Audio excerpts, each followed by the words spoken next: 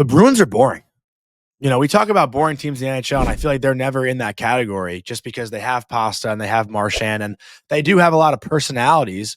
But the way they played, that Bruins Rangers game, Billy, last week was one of the most boring hockey games I have ever been to in my entire life. It's the way they have to play, Johnny. That's the thing, because they knew that they were going to kind of struggle offensively this year to get going. They thought that they had addressed some issues to help the depth, the size, and then add later in the year, right? Hopefully, first of all, they hope for certain guys to be scoring more, right? They're not. They're not. We know that. But then they said, we'll get through that, and then hopefully we can add. I don't know if they were ever thinking about a blockbuster trade, but they were going to wait to see what they could add and who would develop and who isn't. Now, with that said, they've been playing a much more dump and chase, and it really hasn't been dump and recover. It's been more of a dump and chase type of game.